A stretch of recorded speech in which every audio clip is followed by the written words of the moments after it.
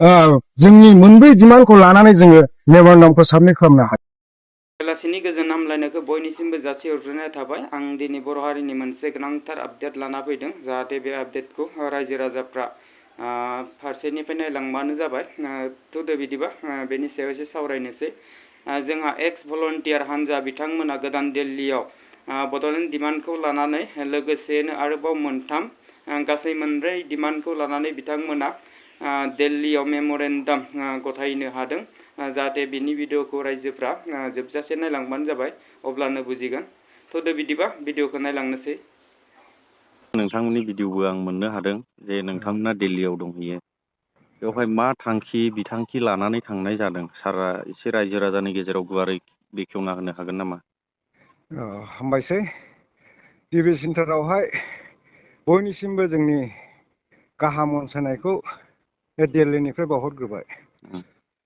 जोङो थांनाय 27 थारिख खालि जोङो दिल्लीयावहाय फैदों, आरो बे दिल्लीयावहाय फैनायनि जाहोनानो जाहैबाय जोंनि जिनाखि फुराना डिमान्ड बड'लेण्ड सेपारेट स्टेट बिदिखौ थांखि लानानैहाय लोगोसे मोनथामसो इसुफोर दंबावो।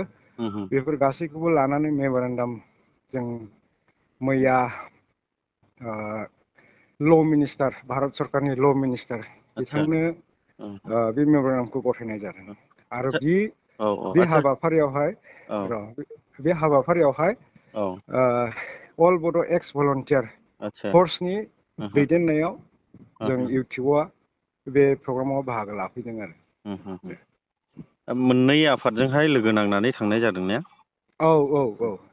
आरो बिनि सायावहाय जेन'बा बड'लेण्डखौ फिन सुरु खालामफिननायनि माबा मोनसे थांखिजों थांनाय जादों ने?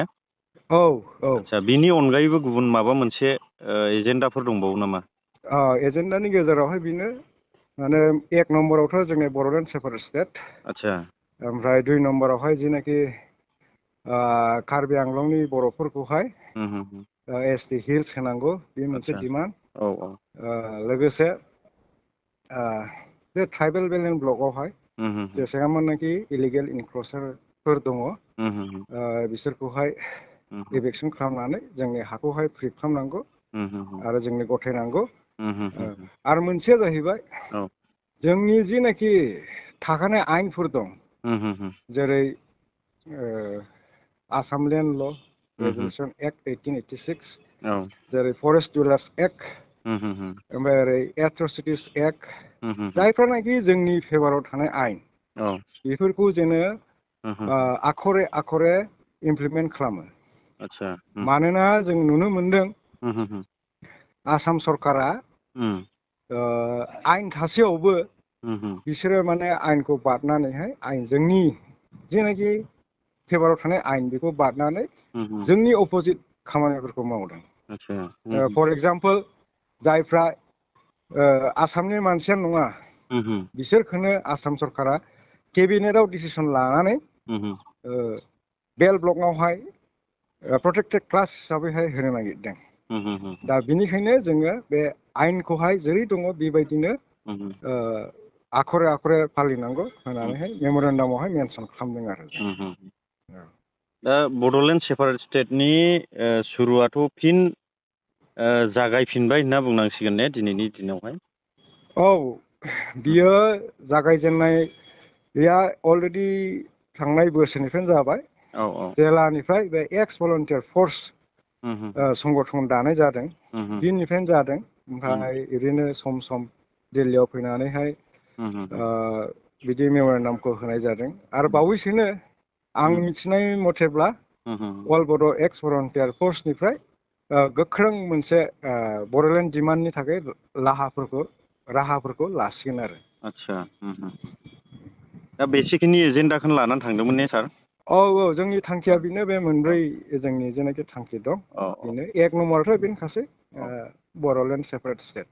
ओमफ्राय सार, ओजोंहाय थांनानै रेसपन्सफ्रा माबायदि मोनदों? रेसपन्सआथ' बिराद मोजां। आदसा। जोंखौहाय मोजाङै रिसिभ खालामदों। ओमफ्राय जोङो बे ल' मिनिस्टारनिफ्राय मोजां खोथाखौ मोनदों। आरो बिथाङा बुंबावदों बियो हम मिनिस्टारजों रायज्लायगोन जों रिकुवेस्ट खालामदों नालाय माने जोङो हम मिनिस्टारखौबो लोगो हमनो गोसो।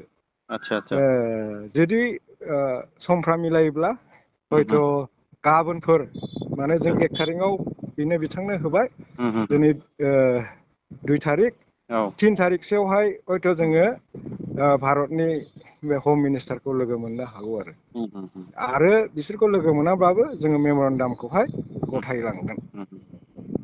गोजोननाय थाबाय सार गोबांथार बाथ्रा फोरमायनायनि थाखाय बेबायदिनो उननि समफोरावबो खौरांखौ लाबाय थागोन बेखौनो मिजिंथिनानै दोनथ'नाय जाबाय सार। थेंक इउ हामबायसै।